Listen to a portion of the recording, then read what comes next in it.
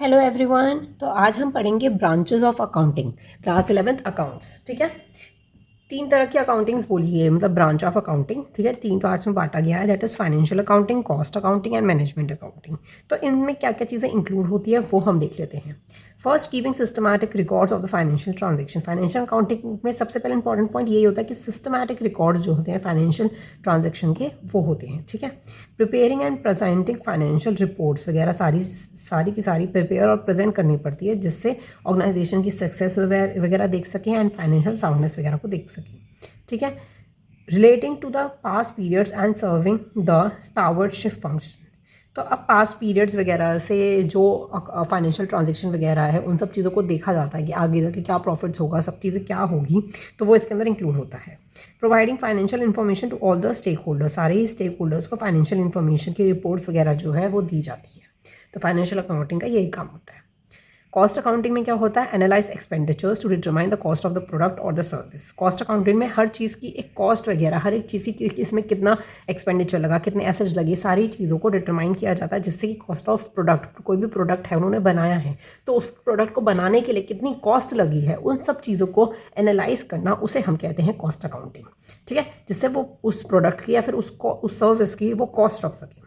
Fixing the price for the product and services, fix करना price को। ठीक है, कंट्रोलिंग कॉस्ट करना and provide costing information for decision making. Decision making के लिए कॉस्टिंग की सारी इन्फॉर्मेशन होनी चाहिए। ठीक है, तो कॉस्ट अकाउंटिंग का ये काम होता है। नेक्स्ट आती है मैनेजमेंट अकाउंटिंग। मैनेजमेंट अकाउंटिंग का क्या काम होता है? Provide accounting information to the internal personnel for decision making, planning and controlling operations. तो अकाउंटिंग इन्फॉर्मेशन जो है जितने भी अंदर के इंटरनल यूजर्स हैं उन सबको डिसीजन मेकिंग के लिए क्या होता है? प्लानिंग, कंट्रोलिंग ऑपरेशन, इन सबको प्रोवाइड की जाती है अकाउंटिंग इन्फॉर्मेशन।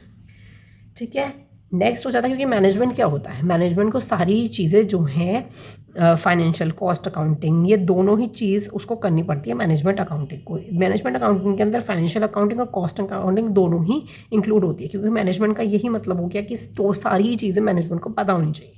ठीक है, generate future oriented information relevant to decision making के लिए, जिससे वो आज के डिसीजन अच्छे ले सके, जिससे कि अगले या आगे फ्यूचर में उनको कोई प्रॉब्लम ना हो। ठीक है, इसीलिए उन्हें अकाउंटिंग इन्फॉर्मेशन की नीड होती है।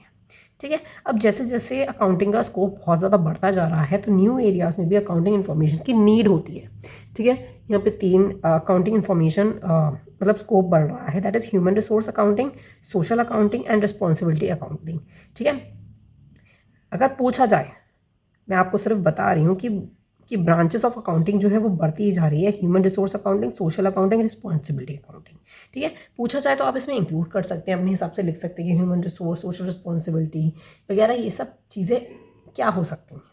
ठीक है, तो ये था, हमने पढ़ा था इसमें ब्रांचेस ऑफ अकाउंटिंग। बहुत इंपॉर्टेंट टॉपिक है, अकाउंटिंग के बारे में पूछा जाता है तो आप कुछ भी लिख सकते हो लॉन्ग आंसर में। ठीक है, ब्रांचेस लिख सकते हो, advantages, limitations, objective, functions, role of accountant, ये सभी चीज़ें आप उस क्वेश्चन में इंक्लूड कर सकें। तो मिलते हैं नेक्स्ट वीडियो में। Thank you so much for watching. Video पसंद आई हो तो लाइक ज़रूर कर दीजिएगा, चैनल को भी सब्सक्राइब करना मत भूलिएगा। Thank you so much for watching, bye bye.